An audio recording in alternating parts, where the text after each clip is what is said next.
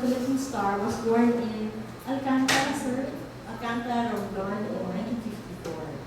He teaches English and is a full professor in UP Diliman, where he once served as VP for Public Affairs of the UP system.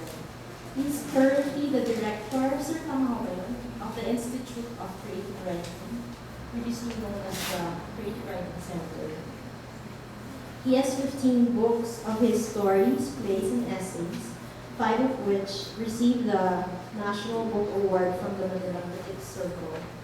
In 1998, he was named by CCP Centennial Honors List as one of the 100 most accomplished Filipino artists of the past century. He has 16 PALANCA Awards in 5 genres, and he became part of the Hall of Fame of the PALANCA Awards in the year 2000. He was also awarded one of the 10 Outstanding Young Men in 1993. According to the book which I have here, yeah, sa mga books na hindi na mapapa-autograph sana, autograph na pala niya. He has been a Fulbright Hayes, Author Den, and Cambridge Seminar Fellow. He's married to June Poticar Dalisay, or Bifin and Bening. And he has a daughter named Demi. Mga hilig ni Sir yung Macintosh computer, so sobrang high-tech si Sir. If you read his column, you know that he likes old fountain pens, and he goes to great lengths to acquire or buy these fountain pens wherever he goes. He also likes 1950s watches and Volkswagen. Nung naging professor ko siya sa UP noon, ang sabi nila, sir, kwento ko na, yung Y daw sa middle initial ni Sir I'm Y. Actually, Yap yun. Kaya lang ang chismis na sa school. Yaw daw yun. Kasi sobrang ina-idolize nila si Sir Butch. So, marami hindi ko maintindihan ngayon, pero after magsalita siya, lapit ako. So, let's please welcome Dr. Jose Y. Butch Dalisay. Maraming salamat, Claire, at magandang gabi sa inyo lahat. Si Butch Dalisay. Wala akong inihandang lecture ngayong gabi kasi mas gusto kong ibigay ko na ilang pagpulot ilang kunad sa mga trabahong nakita niyo sa akin maya-maya. Pero mas gusto kong magtanong kayo sa akin ng mga tamang tungkol sa pagsusulat na talagang iniisip ninyo. I think that will be the most efficient use of our time. But thank you, first of all, for bringing me over here. I seem to remember having spoken for your group a long time ago, except that I think it was a smaller place. Same location. Same location. This is a new building. I see, okay. Well, so parang nagulat ako na kakilaki na itong photograph. Also, this is coming to Bonnie Avenue always brings back some very happy memories for me because I spent part of my childhood here. The address, when I addressing dito, the address was 750 Bonnie Avenue, corner Alcor Street.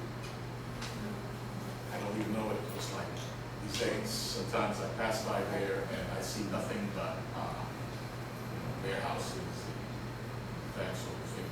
That was where I grew up. And later on, we moved a few streets to Nueva de Febrero. Yan ang playground ko nung mental hospital. Bibili ng mga pinupumpon ng kangkong sa mga inmate ko na nakaibigan ko rin. So this is very, in a sense, very familiar territory. By the way, you have a copy of the Lava Brothers book there. Much of that book came together a few streets from here. The Lavas lived on the Labantao, just a few streets away. And that's where I interviewed them back in the late 1990s. Now, glad we have had the opportunity to talk to them. As you gathered from Claire's intro, I write all kinds of things. Hindi lang po sa English, hindi sa Pilipino rin. Ang sumusulat ko sa English ay mga kwento at sanaysay at lahat ng ibang bagay ng coffee table books yan ang ginagawa ko ngayon basically ang buhay kasi hindi ka naman mabubuhay magtutulog sa UP kahit full professor ka pa. So I write a whole lot of things and plays and screenplays in Filipino. And that's because I was born in the Visayas, meaning I learned Filipino and Tagalog when we moved here to Manila. So people likas sa mga Tagalog, kaya actually nasa movie na ako natuto in high school natuto ko mga Tagalog. Medyo mga Tagalog kasi kailangan kasi naging aktivista ako noon. Hindi naman pwedeng aktivista ka tapos mag-isero ka. Kaya nagsusulat ako ng mga dula at screenplay sa Pilipino kasi hindi lang yung kaya ko. Dialogue lang. Pagdating sa description, kaya na. Kaya nag-English na ako. Yun naman ako tutuwa. I mean, I enjoy writing in English, but as you should know, writing in English guarantees that your audience will be very small. That's the trade-off. Of course, it doesn't necessarily mean that if you write in Filipino, you will have 10 times more readers. Because hardly anyone reads serious literature out there in Filipino either. So we have the same problem. Anyway, as far as the language issue is concerned, what I can tell people is you write in the language your imagination works best. If there's no pleasure in it, if there's no sense of adventure in it, or discovery, then why even bother? Parang magiging trabaho lang yun at hindi masayang gawain. Doesn't bring you any joy. Wala na ng pera, wala kang joy. I don't think that's what happened. You asked me to come here today to talk about using the techniques of fiction in creative nonfiction. As you know, you may have heard, there is this new feature today on the syllabus called creative nonfiction. Siguro mga 10 years ago lang yan, because then it was known by other names. The essay, the personal essay, but we kind of expanded that to include many forms of writing that's based on fact. That will include travel writing, food writing, the memoir, the autobiography or the biography. So it's a whole, even criticism, like you critique a film or a book, or you write a blog. That's creative nonfiction. So it's quite a large umbrella. Covers a lot of things. Just to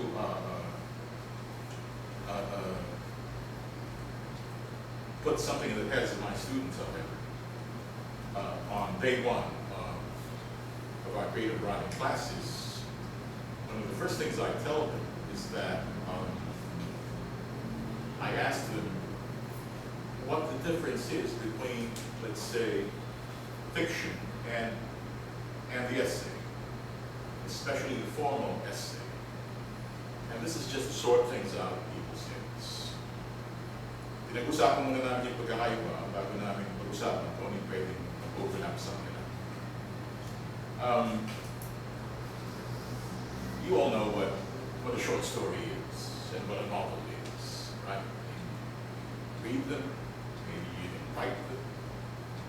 Some Harry Potter, you know that's fiction. So that's at one end. On the other end will be, let's say, the kind of formal essay that you might see in the form of an editorial, a newspaper editorial. Let's say an editorial about, I'm just thinking, there used to be an editorial writer for today, a newspaper that you don't see. So I think that's another thing altogether. We'll talk about that later. But editorial writers think about big themes. Like, for example, you ask yourself, will the Truth Commission succeed in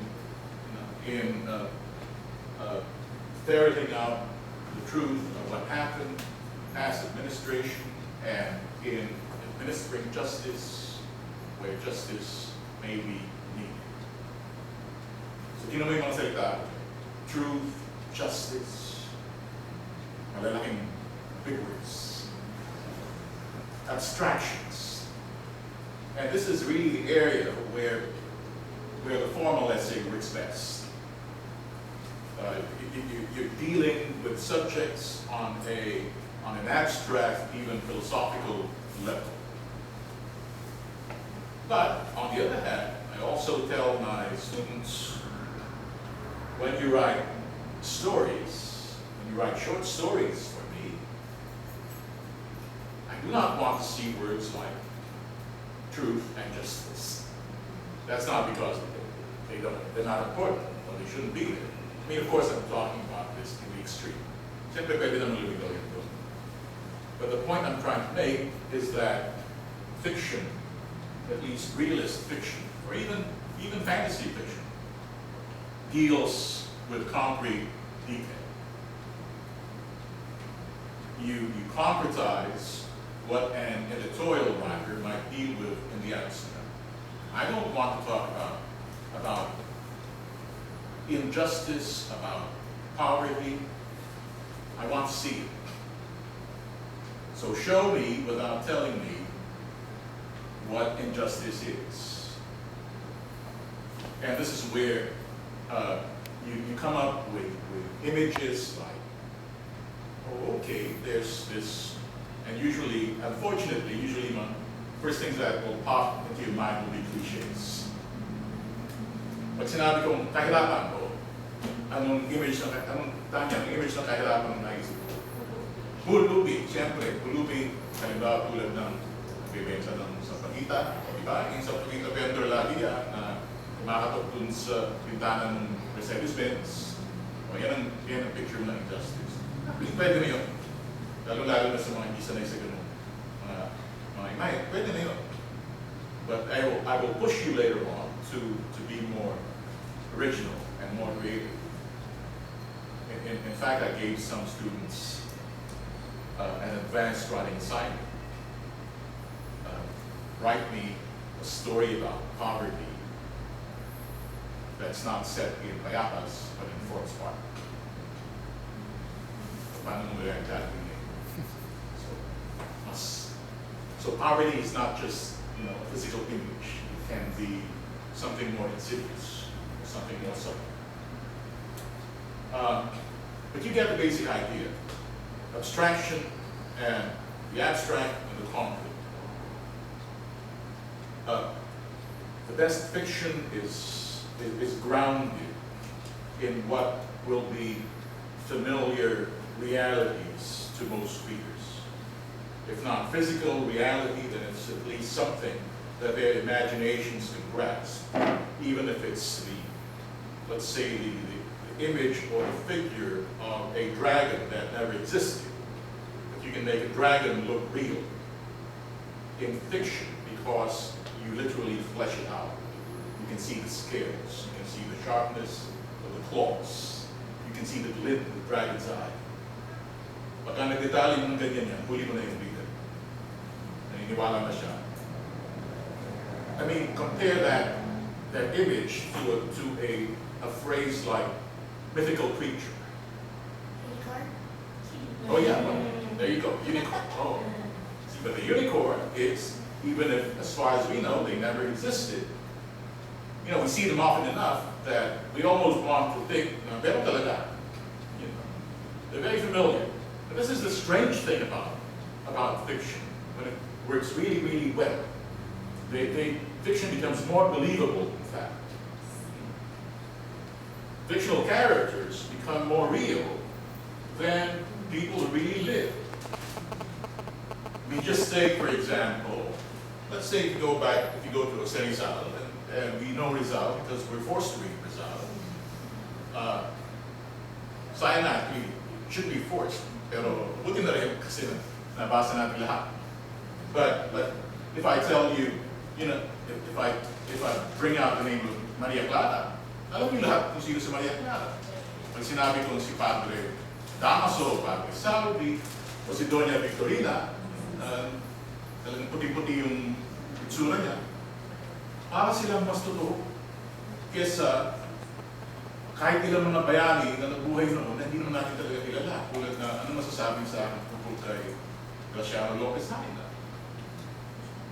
The fictional character is more vivid than the historical one because of the skill of the writer in concretizing that figure, that character. So what I'm pointing out here are the strengths and the possibilities of fiction. Now the essay that I've been mentioning, I've been talking about, has really been more the formal essay. Again, yung mga editorial, yung mga academic papers, kind of dry, and most of them don't even really have a point of view. Wala kang makitang tao dun sasalita. In fact, in academic papers, at least until recently, your teachers told you, remove yourself from paper. You shouldn't appear there. It was a sin or a crime to use the word I, in a dissertation. Ngayon, pwede yun. It's no big deal. Pero noon, ganun kalawak ang distinction sa pagitan ng fiction and non-fiction, and especially fiction and formal essay. What I'm aiming at is for us to be able to draw some of these elements together. Because in creative nonfiction, we employ some elements of fiction to enliven what would otherwise be a very dry piece of prose. Both of them are prose forms. Both of them use sentences and paragraphs. Both of them involve ideas that come out of your head. They might even involve the same subject. Again, let's say a story about poverty versus an essay on poverty. Could be driven by the same impulses. But there's a middle ground there somewhere. You see, the thing about fiction, which the essay does better, is that in fiction, you can't, as the author, you can't or you shouldn't talk too much. By talking, I mean discussing your subject. Because you're supposed to let the story stand for itself. You're not supposed to interpret the story for the reader. That's, in fact, one of the hallmarks, for me, of bad fiction. Lalo-lalo na kung bagita yung susulat. Sabihin ko sa inyo nangyayari. Masusulat yan. Storya. Pagdating sa dulo, sasabihin na ng author, and Antonio realized that life was difficult for, and that justice was impossible to find in this, exploitative society. And then nag-speech na. Dun sa dulo. Usually sa dulo yan. Because what happens among many young writers is that they don't trust the reader. Iniisip niya, pinaghirapan kong gawin ko. Kaya nga lang, hindi niya mag-gets. Kaya sabihin mo naman. Pero, nagigigil kang sabihin eh. Kasi baka sayang lang yung sinasabi ko sa mga estudyante ko, pwede ba? Here's a rule of thumb you can think about. You should write, your ideal reader is someone who is at least as intelligent as you are. Okay? You have to assume that. Now, kung nakikitindihan mo yun, nakikitindihan din niya yun. Otherwise, you begin writing down and dumbing down your piece. Now, that's different from popularizing something, from rendering big, complex abstractions into layman's language. Ibang skill din yan. At hindi ibig sabihin niya, matalino o tama ka. May kanya-kanyang talino bawat tao, pero yung vocabulary nila iba. Kaya naghahanap ko ngayon ng paraan para tumulay doon sa dalawa. Ibang usapin yun.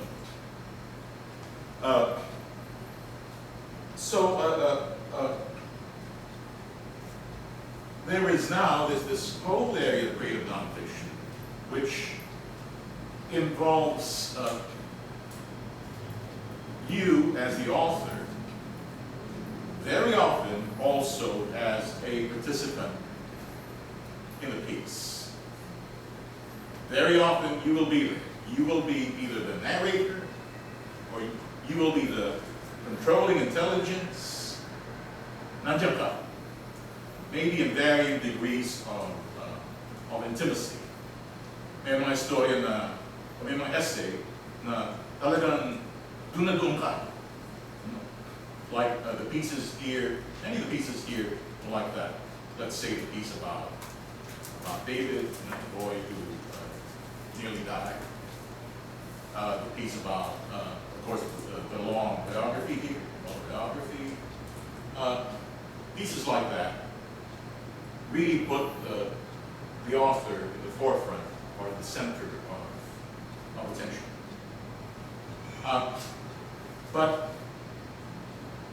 So that's something that you actually get from fiction, a very strong, clear point of view.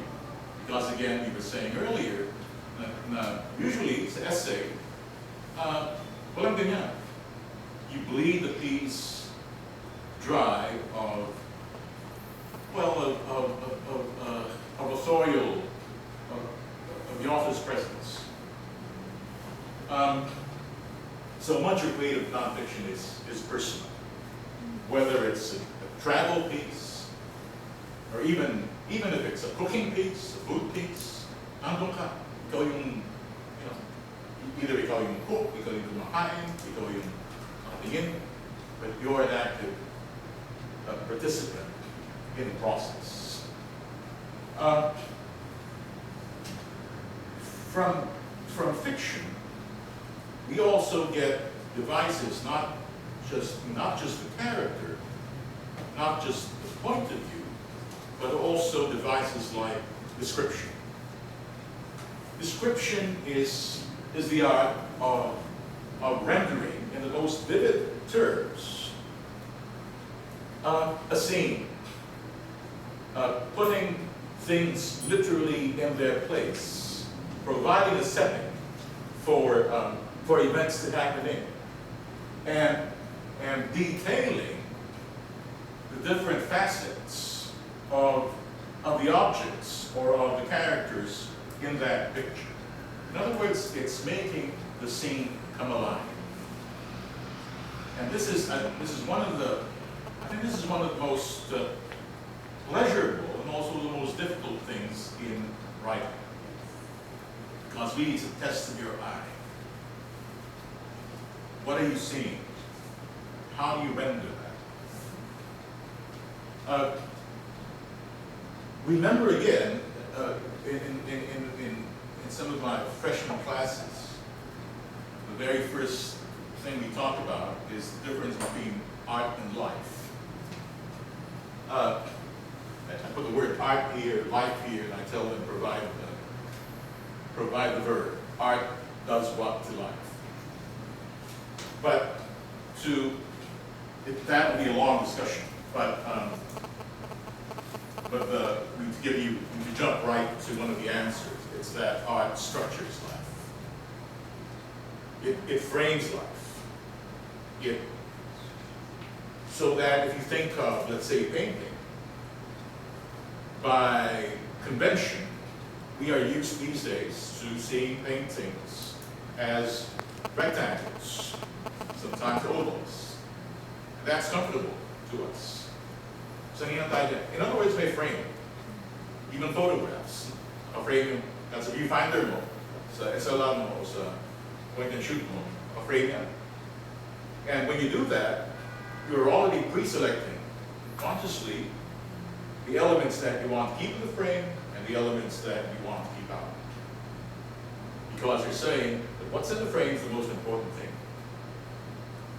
Why do I bring that up? Because that again is part of your arsenal as writers, especially when we talk about description. I always tell my students, learn to think visually. Learn to write visually. Look at a scene as a cinematographer and a director might see. When you have two people talking, it's not necessary that has to be set up as two talking heads. Sitting still in there. Usually gagawin nila dyan parang walang tao sa Starbucks. Ganyan. Oh, he said, she said, parang ping-pong yung ganyan. Na wala nang, hindi na gumalaw yung, kung kumbaga sa pelikula yan, hindi na gumalaw yung camera. Tutok na lang sa dalawa. O kung meron mang galaw, balikan lang. If you're more artistic, you should know when to hold back. You know, when to pan down and look at, let's say a girl and a man and a woman are talking, are arguing. And if the camera pans down, you can see that woman's, her face, she's trying to smile, but you can see from her feet she's squirming. Her toes are curly. But that's because you look down. So kailangan mahuli ng mata mo yun. What is in the scene? And as in film photography, in photography, you know, the rule of thirds. Yeah. So, pinaka-4D na setup dyan, ipaportrait ka, gitna-gitna yung parang ID, yung passport, yung photo, yung lalabas. Mas maganda yung medyo naka-angulo, medyo may ilaw dito, shadow dito. I mean, you're going to do something with that picture. And it's the same thing when you write. You have to remember that when you describe things, it doesn't have to be just one angle. I mean, you always think, our vocabulary is really formed by cinema. Even when we write cinematically. I mean, I'll show you an example. When you write stories or even essays, biglang napuputol na lang dun. Tapos dalawang space, tapos ibang eksena na. And that's a relatively modern convention. Stories didn't used to be written that way.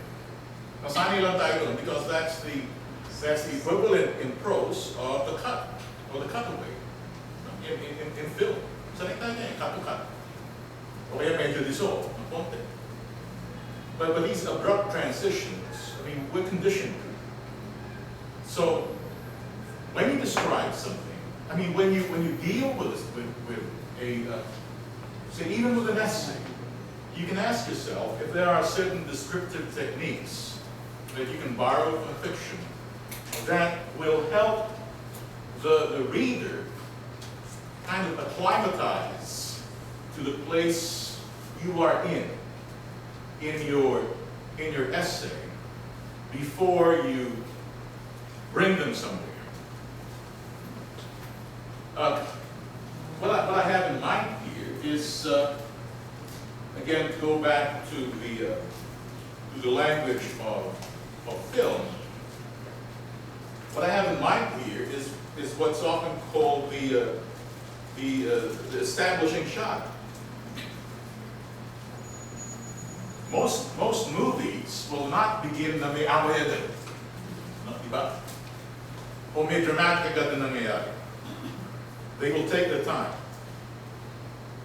Because actually that builds up suspense. I mean, just to give you an example, you can think of a movie that begins with an extreme long shot.